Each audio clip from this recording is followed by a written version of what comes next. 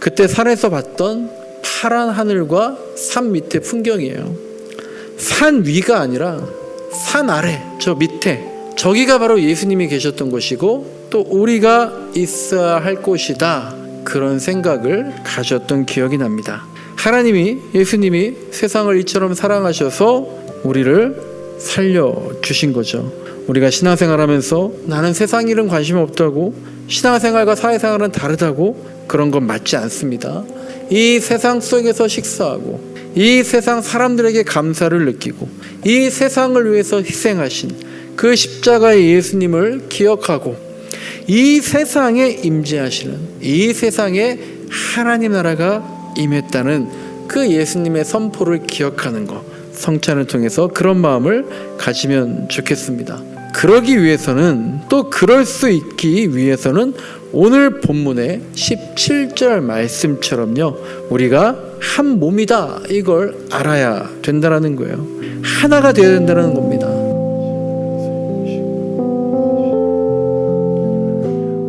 네, 바울이 고린도전서 여기에서 고린도 교회의 성찬과 관련해서 또 신앙과 관련해서 권면의 말씀을 하고 있습니다. 오늘은요, 나에게 성찬이란 이런 제목으로 말씀을 나누겠습니다. 오늘 우리 모두가 성찬에 참여했습니다. 그렇다면 성찬이 어떤 의미가 있는지 우리가 많이 들어왔을 겁니다. 그런데 또 더 나아가서 우리 각자는 성찬에 이런 의미가 있다는데 많이 들어봤는데, 나한테는 성찬이 어떤 의미가 있는지 한 6가지 정도 같이 한번 생각을 해보는데요. 이런 내용들을 통해서 내가 오늘 어떤 마음으로 성찬에 임했는데, 이런 마음이 또 있어야 되는구나, 이런 거구나, 그렇게 나를 돌아보는 시간이 되었으면 좋겠습니다.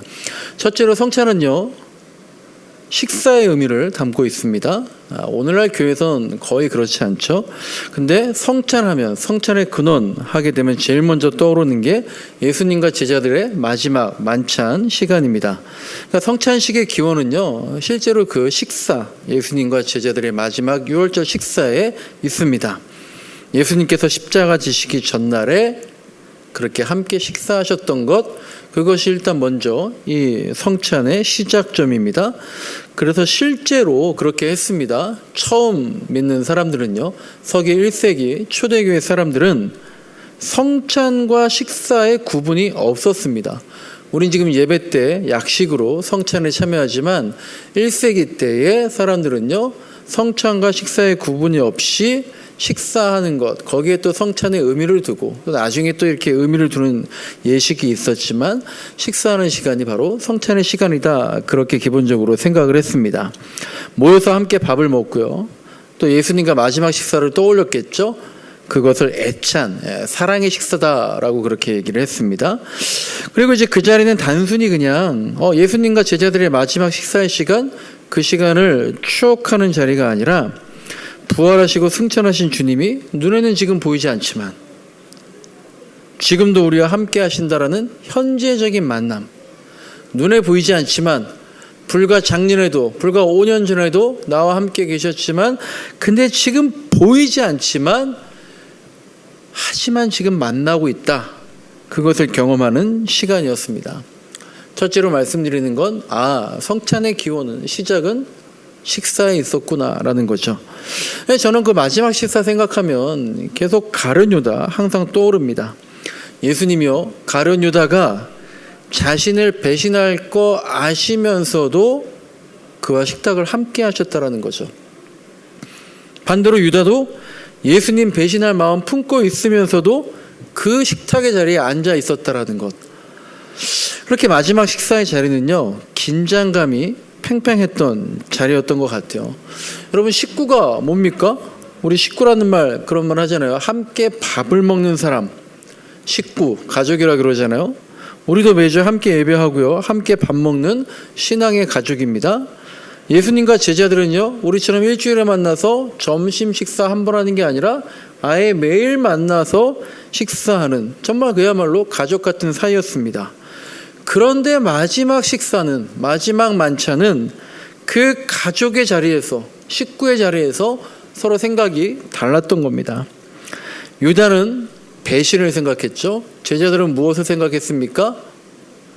이제 우리가 승리하겠지, 우리가 한 자리 차지하겠지, 그런 식사의 자리였어요. 근데 정작 예수님은 또 무슨 생각하셨습니까?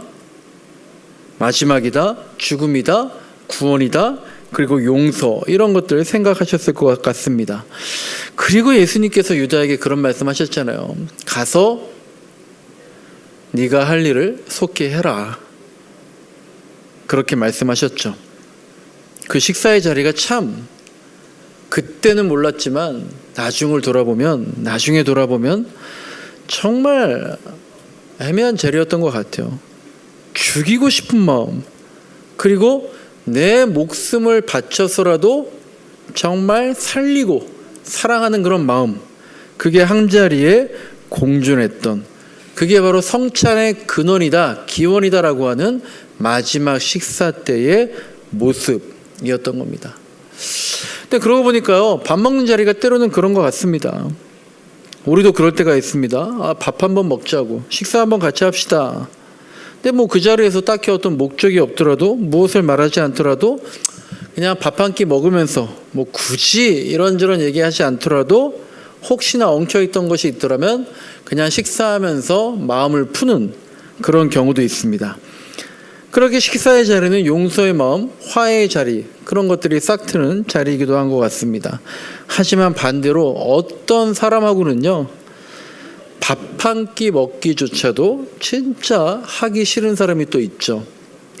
그냥 식사를 같이 하자고, 그런 건데 그렇게라도 얼굴 바라보기가 정말 싫은 사람도 있는 것이 또 현실입니다. 그러니까 그렇게 보면은요, 식사라는 게요, 그만큼 큰 의미가 있는 것 같아요. 식사는 밥만 보고 밥만 먹는 게 아니라 얼굴을 마주하기 때문인 것 같습니다. 정말 꼴보기 싫은 사람과도 같이 밥 먹기 때로는 부담되는 사람들하고도 식사를 할 때에, 그래서 결국 그 사람은 가룟 유다처럼 자기가 할 일을 속히 하러 나가더라도, 근데 그 자리에서 우리가 예수의 마음으로 식사하게 되면 예수님의 심정을 얻을지도 모릅니다. 그러면 오늘 여기서 성찬했던 것, 그것뿐만 아니라 우리의 식사의 자리가 성찬의 자리가 될 수 있을 것 같습니다. 종종 교회에 도움을 요청하러 오시는 분들이 있습니다. 저희 교회는 그분들한테 현금 드리지 않아요. 근데 가끔 그분들이요, 정말 배가 고프다고 하시는 분들이 있습니다. 그러면 제가 그분들한테 이렇게 말씀드린다 그랬잖아요. 같이 식당에 가시자고, 제가 가서 밥 한 끼 사드리겠다고 그렇게 얘기합니다. 그러면 대부분 그냥 가셔요. 돈이나 주실 수 없냐라는 거예요. 식당에 가지 않습니다. 그러니까 돈만 바랬기 때문이에요. 4년 동안 그런 분들이 뭐 20-30명 오신 것 같아요. 근데 딱 두 분만 식당에 가겠다고 하셨어요. 그래서 한 분은 제가 계산만 해드리고 또 한 분하고는 같이 식사까지 했습니다. 생각해 보니까 저나 그분이나 그 자리가 예수님과의 마지막 식사 시간 될 수 있는 거예요. 그러면 그 자리가 곧 성찬의 자리가 아니었나, 그런 생각도 듭니다. 성찬의 두 번째 의미는요, 감사의 예전입니다. 혹시 오늘 성찬하시면서 감사합니다 주님이라고 고백하신 분 있는지 모르겠습니다. 종교개혁 이후에 성찬을 너무 예수님의 죽음에 포커스를 맞췄습니다. 그러니까 성찬의 시간이 종종 슬픔과 참회의 시간으로 계속 이어졌던 거예요. 그때는 그게 필요했어요. 성찬이 뭐냐? 예수님 마지막 시간이다. 마지막 식사 시간이다. 그러니까 예수님의 죽음을 생각하는 게 그때는 필요했던 시기였습니다. 그런데 서기 1세기에 예수님 돌아가시고 얼마 안 있는 초대교회 때도요, 되게 슬퍼했지만 동시에 이 성찬 시간에는 항상 기쁨과 감사의 의미도 같이 부여를 했습니다. 그 당시에 사람들이 예수님 돌아가신 지 얼마 되지도 않았는데 뭘 감사했을까요? 하나님께서 행하신 일, 뭡니까? 예수 그리스도의 피로 우리를 용서하셨다는 거, 그거를 감사하는 시간이었어요. 성찬에 참여하면서 우리가 이런 고백 가져야겠습니다. 주님 덕분에 내가 살았습니다. 감사합니다. 그 피를 헛되이 하지 않겠습니다. 가끔 이제 화재나 교통사고 나서 그런 사건 현장 보면은요, 이런 경우 있잖아요. 부모가 죽더라도 내 자식만큼은 살리겠다라고 하는 그런 위험을 감수한 그런 흔적들이 남아있을 때가 있습니다. 근데 한 달 전에 제주도에서도 그런 일이 있었더라고요. 제주도 바닷가 방파제에서 가족이 물놀이하고 있는데 그냥 갑자기 파도라든지 화재라든지 갑자기 들이닥치죠. 파도가 갑자기 들이치면서 아이들 3명이 파도에 휩쓸려 떠내려갔다는 거예요. 그러니까 아버지가 그걸 보고 뛰어들어서 아이들을 한 명씩 구조했답니다. 2명은 자기 아이고 1명은 친구의 아이였어요. 그런데 정작 이 아버지는 마지막에 힘이 빠져서 그런지 파도에 휩쓸려서 구조까지는 됐지만 결국 사망했다라는 겁니다. 당연히 슬프고 너무나 비극적인 사건입니다. 하지만 이 아이들의 아버지가 자녀들이 슬퍼하기만 바라지 않는다라는 거죠. 그러면 아버지의 희생이 헛되다라는 겁니다. 성찬도 마찬가지입니다. 우리가 주님의 희생 덕분에 살아난 겁니다. 너무 마음 아프지만 감사하는 마음, 그 감사하는 마음이 성찬에 있어야 한다라는 겁니다. 성찬의 의미 3번째입니다. 우리가 정말 짧게 간단하게 성찬의 시간을 가졌지만 여러분 또 혹시 이 성찬하면서 이런 생각 가지셨습니까? 바로 회상과 기억입니다. 회상, 기억. 바울은 고린도전서 11장에서 성찬은 곧 주님을 기념하는 거다 그렇게 말씀하셨어요. 우리도 성찬을 통해서 주님을 기억하고 기념하는 겁니다. 그렇게 회상하면서 기억함으로써 2000년 전에 우리가 보지도 못했던 과거의 사건이 오늘 현재의 사건이 될 수 있는 거죠. 여기에서 내가 회상하지 않으면, 돌아보지 않으면 아무런 의미가 없는 거죠. 헬라어로 이제 이 기억이다, 기념이다, 돌아본다 이런 거 아남네시스라고 합니다. 돌아보고 추모하는 겁니다. 이것은 과거를 기억하는 거지만 그 시간들이 오늘 현재 나에게 어떤 의미가 있는지 이걸 돌아보는 거죠. 제가 이제 얼마 전에 영화를 하나 봤는데 라이프 리스트라는 영화를 봤어요. 버킷리스트가 아니라 또 라이프 리스트라고 하던데 내용이 잠깐 이렇습니다. 주인공 여자분인데 딸인데 엄마가 갑자기 돌아가셨어요. 근데 엄마랑 딸하고 정말 친구처럼 잘 지내요. 너무나 사랑하던 사이였는데 어머니가 이제 화장품 사업을 하는 꽤 유산이 있었던 것 같은데 그 딸에게는, 오빠 둘에게는 유산을 남겼지만 가장 사랑했던 딸에게는 유산을 남기지 않았습니다. 대신 어머니는 30이 다 된 그 딸이 13살 소녀 때 15년도 넘은 그 정도 때에 13살 때 썼던 그 버킷리스트 같은 라이프 리스트, 그 아이가, 이 주인공 여자가 난 이런 거 꼭 해보겠어, 나는 이런 사람이 되겠어 라고 적었던 그 라이프 리스트를 유산으로 딸한테 준 거예요. 그리고 여기에 적혀있는 리스트, 이거 1년 안에 다 마치면 그때 변호사가 뭔가를 다시 전달할 것이다, 그런 암시를 남기면서 그 리스트를 남겨준 거예요. 그 리스트에는요 댄스 구역 그런 데서 미친 듯이 춤을 춘다, 혹은 운전면허증을 딴다, 그런 것처럼 13살 때니까 아주 간단한 것도 있지만 그 어머니가 남편과 이혼을 했는데 그 아버지, 딸은 그 아버지가 너무나 싫었던 거예요. 그 아버지가 잘못해서 엄마가 이혼했다라고 생각을 한 거죠. 그런데 아버지와 화해하는 것도 적혀 있었던 거예요. 그리고 진정한 내 사랑 찾아야지라는 것도 적혀 있었어요. 1년 안에 하기 벅찬 것들도 있었다라는 거죠. 그래서 처음에 이 주인공이 내가 꼭 유산 받기 위해서 이런 거 하는 것 같잖아, 내가 꼭 해야 돼? 그런 불평하는 마음도 있었지만 하나하나 리스트를 지어나가면서 어머니가 왜 이런 유언을 남겼는가 알아가게 되는 그런 과정의 영화입니다. 그 어머니가 딸에게 비디오로 촬영해서 그 유언을 DVD로 남겨놨는데 그 딸에게 이런 말을 했습니다. 딸아, 너 잘 살고 있는 것 같지만 내가 보니까 뭔가 방향을 잃어버린 것 같아. 13살 때의 너가 아니야. 너를 찾으라는 거죠. 너를 찾기 위해서 내가 너를 땅을 파서 구해줄 수 없지만 너가 땅을 팔 수 있는 삽판자로는 줄 수 있겠다. 그러면서 그 라이프 리스트를 남겨준 거예요.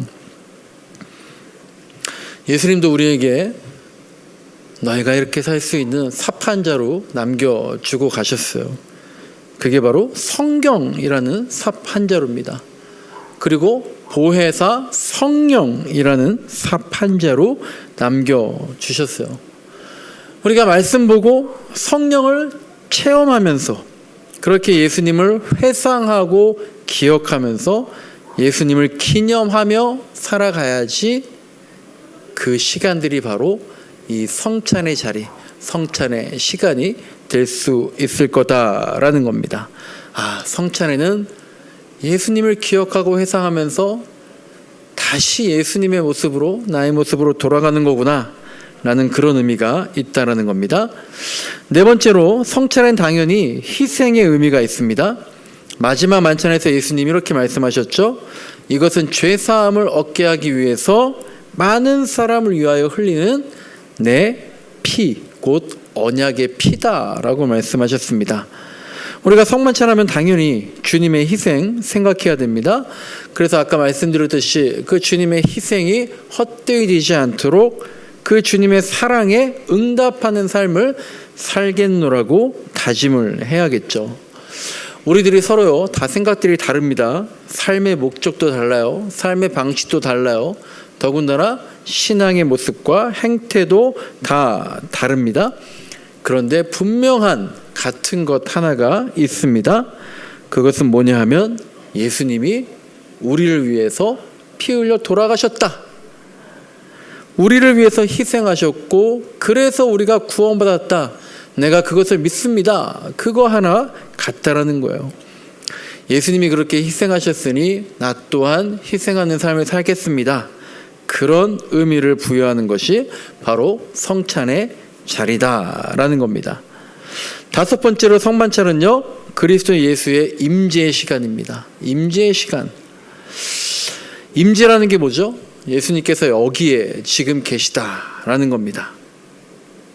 믿음이 없는 사람들한테는요, 혹은 믿음이 있어도 아무 생각 없이 참여할 때에 이 떡과 포도주는요, 그냥 먹고 마시는 하나의 음식일 뿐입니다.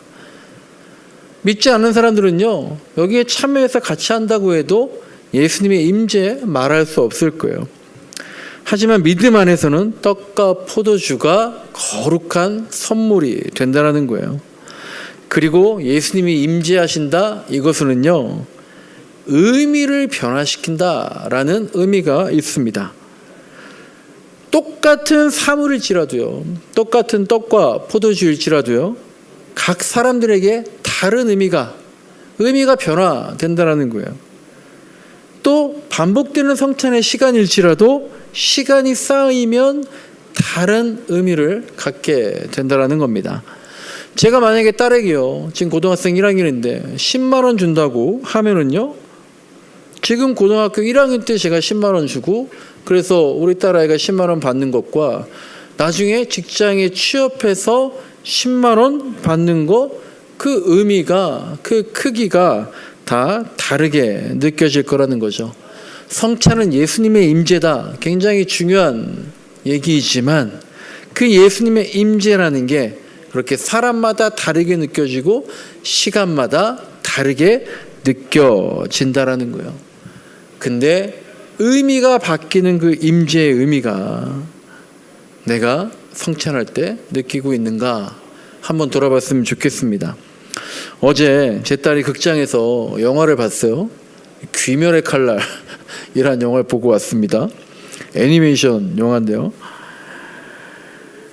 근데 이제 그걸 보고 와서 뭐 점심 먹고 또 집에 저녁에 가서 막 하는데 계속 그 얘기예요. 귀멸의 칼날 너무 좋아하니까. 근데 어제 봤던 그 영화에서 저는 뭐 잘 모르겠는데 이 애가 가장 사랑하던 캐릭터가 하나 있었나 봐요. 아카자라는 등장인물. 그 아카자라는 등장인물이 죽었다는 거예요. 너무나 마음을 아파하더라고요. 근데 이 만화는요 이미 완결된 거예요. 그래서 아카자가 죽는다라는 거 영화를 보는 사람들은요, 만화를 본 사람들은 다 아는 사실이에요. 근데 그 결말을 알면서도 그 장면이 다음이한테 현재적인 의미를 부여하는 거예요. 영화를 보는데 오늘 분명히 아카자가 죽을 텐데 그때 나는 어떤 반응을 보일까? 그때 내 마음이 얼마나 슬플까? 계속 그 생각을 했다는 겁니다. 그리고 정말 그 장면이 나오니까 울컥하면서 울지 않으려고 어깨를 막 흔들면서 막 그렇게 울음을 참았다는 거예요. 저녁에 가서 식사를 하는데 얘가 마치 빨강머리 앤처럼 막 얘기를 하는 거예요. 엄청난 일을 겪은 것처럼 막 흥분되면서 말을 하길래, 다음아, 너한테 그 영화에서 죽은 아카자라는 사람은 어떤 존재냐? 제가 그렇게 물어봤어요. 그랬더니 이렇게 대답을 하더라고요. 아카자는 나한테 잊은 적은 있어도 잃은 적은 없는 존재였어. 그러는 거예요. 아카자라는 그 캐릭터가 자기한테는 내가 잊어버린 적은 있어도 잃어버린 적은 없는 존재였다라는 거예요. 말을 되게 멋있게 하더라고요. 그래서 다음아, 아빠가 내일 설교 때 나에게 성찬이란? 나에게 성찬은 어떤 의미일까? 이런 거 설교하는데 너한테 아카자는 그런 의미가 있는데 너한테 성찬은 어떤 의미가 있니? 그렇게 물었더니 아무런 말을 안 하더라고요. 그러니까 성찬이요, 예수님의 임재의 자리다. 다음의 마음속에는요 아카자라는 존재가 임재해 있는 거예요. 그 임재란 의미의 변화라고 했습니다.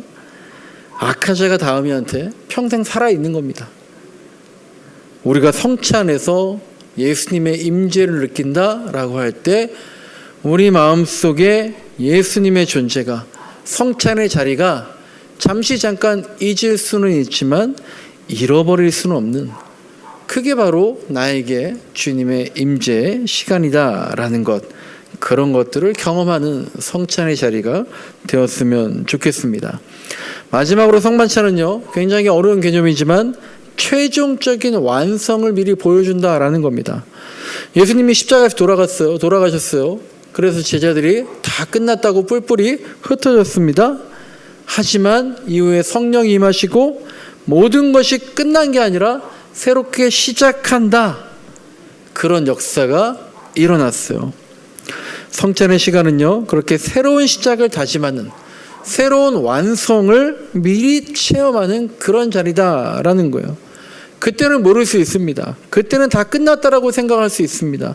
그때는 다 틀렸다고, 그때는 의미 없었다라고 생각할 수 있어요. 하지만 나중에 이후에는 알아차릴 수가 있다라는 거예요. 그게 선취예요. 그게 먼저 이루어졌다라는 겁니다. 선취는 먼저 이루어지는 건요 보이지 않는 거예요. 믿음의 영역입니다. 그래서 주님께서는 하나님의 나라가 이미 임하지 않았느냐 계속해서 그렇게 말씀을 하신 겁니다. 성찬의 시간에 우리의 얼굴에 있는 눈이 아니라 마음의 눈으로 이미 이루어진 하나님의 나라가 이렇겠구나라는 걸 체험할 수 있으면 좋겠습니다. 성찬에 담겨있는 6가지 의미를 생각해 봤습니다. 식사에서 시작됐다고 했습니다. 감사의 의미, 기억과 회상, 그리고 희생, 임재, 선취, 완성, 이런 것들의 의미가 있다라고 말씀드렸습니다. 여러분 오늘 성찬에서 어떤 의미를 느끼고 또 나는 이 성찬에 어떤 의미를 부여하고 있습니까? 또한 여러분한테 평생 기억에 남는 성찬이 있다면 언제입니까? 저는 신학대학원 때 나눴던 애찬식이 잊혀지지가 않습니다. 2001년이죠. 교회가 아니라 산 위에서 예배 시간이 아니라 친구들과의 교제 시간 가운데 가졌던, 그러니까 엄밀하게 말하면 교회법을 어긴 거죠. 목사도 없이 우리들끼리 신학대학원 다닐 때 애찬식을 가졌으니까요. 그때 1학년 때에 같은 73년 또래 동기들끼리 이제 학교 뒤에 있는 아차산에 올라갔던 거예요. 거기에서 준비해간 떡과 포도주를 서로 나눠 먹었습니다. 그 당시 되게 어렵게 신학대학원에 입학해서 드디어 신학을 하고 목회를 준비한다. 그 신입생 때의 어떤 봄바람들, 그런 것들이 느껴지는 거죠. 물론 이제 신입생이지만 대학교 1학년들처럼 풋풋한 나이들은 아니었지만 다들 마음속에서 어떤 소명감에 불타면서 마음이 꿈틀대는 그런 것들을 느낄 때였습니다. 그때 그렇게 친구들과 애찬식을 하면서 주님이 우리와 함께 하시는구나, 그런 걸 느꼈어요. 그때 서로 무슨 말을 나눴는지 또 어떤 방식으로 성찬을 했었는지 잘 기억이 안 나지만 아직도 기억나는 게 그겁니다. 그때 산에서 봤던 파란 하늘과 산 밑의 풍경이에요. 산 위가 아니라 산 아래, 저 밑에, 저기가 바로 예수님이 계셨던 곳이고 또 우리가 있어야 할 곳이다, 그런 생각을 가졌던 기억이 납니다.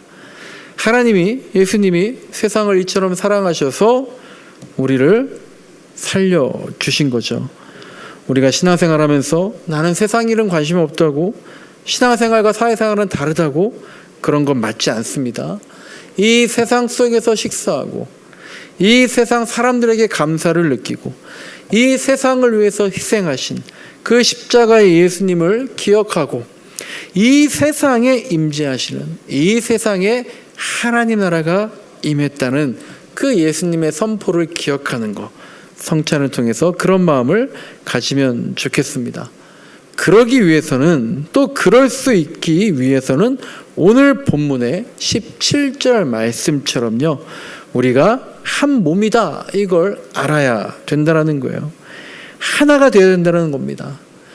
근데 하나가 된다는 건요, 바울이 말하는 하나가 되라, 한 몸이다, 그러니까 우리가 서로의 생각을 존중하자, 그러니까 우리가 서로의 생각을 이해하자, 그러니까 우리가 서로의 주장을 하나로 만들어 보자, 그런 게 아니라요, 14절에 나와 있는 것처럼 우상 숭배하지 않는 것에 하나가 돼야 한다라는 거예요. 즉 주님 안에서, 주님에 대해서만큼은 하나가 돼야 된다라는 거예요. 당시 고린도 교회에 바울파도 있고 베드로파도 있고 그리고 아볼로파도 있고 그리스도파도 있고 여러 분파로 나뉘어 있고 숱한 이단적인 가르침들이 많이 있었는데, 그래서 심지어는 21절처럼 그리스도인이라고 하면서 주님도 믿고 귀신도 믿는 양다리 혼합주의 신앙이 계속해서 있어 왔는데, 거기서 뛰쳐나와서 주님에 대해서는 하나가 되어야 한다라는 거예요. 오늘날에도요, 주님에 대해서 이런저런 말들이 서로 다 다릅니다. 다른 것에 대해서는요, 서로의 의견을 존중하고 하나가 되기도 하지만, 근데 오히려 주님에 대해서는 하나가 되지 못하는 경우가 있는 것 같습니다. 그러니까 어떻게 보면 은혜로 밖에는 하나가 될 수 없다라는 생각도 들어요. 왜냐하면 예수님과 제자들의 마지막 식사에서도, 그 성찬의 자리에서도 주님에 대해서 그들의 생각이 하나가 되지 못했기 때문입니다. 오히려 주님에 대해서 똑같이 동일하게 고백한 시간은 바로 성령이 임한 오순절 다락방 이후에, 성령이 임하고 은혜가 충만할 때에 우리가 주님에 대해서 하나된 목소리로 고백할 수 있는 거구나, 은혜로만 되는 거구나, 그런 생각도 듭니다. 말씀을 정리합니다. 성찬이 늘 반복됩니다. 형식도 똑같고요, 설교 내용도 비슷합니다. 그래서 목회자들은요, 어떻게 하면 오늘 성찬이 좀 더 의미 있게 다가갈까? 어떤 하나의 이벤트 준비하는 그런 마음도 없지 않습니다. 그렇게 해서라도 나에게 어떤 감동이 주어진다면 좋은 겁니다. 하지만 그것과는 별개로 어떻게 진행하고 어떻게 무엇을 먹고 그것과는 별개로 내 마음이 먼저 열려야 할 것 같습니다. 저에게는 오늘 성찬이 주님에 대해서 하나가 된다는 것은 어떤 것일까? 주님의 식탁에서도 예수님과 가룟유다와 다른 제자들이 다 다른 생각 가지고 있었는데 그들은 어떻게 주님에 대해서 하나의 마음을 갖게 되었을까? 또한 이 성찬이 나에게도 잊을 수는 있어도 절대로 잃어버리지는 않는다. 그런 시간이 될 수 있을까? 그런 것들을 묵상하며 생각해 보았습니다. 여러분들에게도 오늘 성찬의 자리가 굳이 내가 평생 기억에 남을 성찬의 시간이었습니다. 그런 건 아니어도 정말 이 성찬의 시간 그 자리가 나에게 어떤 의미가 있는지 그것을 고백할 수 있는, 이미 떡과 포도주는 먹고 성찬의 시간은 끝났지만 한 주간의 내 삶의 자리에서 이 성찬의 의미를 곰곰이 생각하며 체험해보는, 그래서 하나님의 은혜를 고백하는 저와 여러분의 신앙의 모습이 되기를 간절히 소망합니다.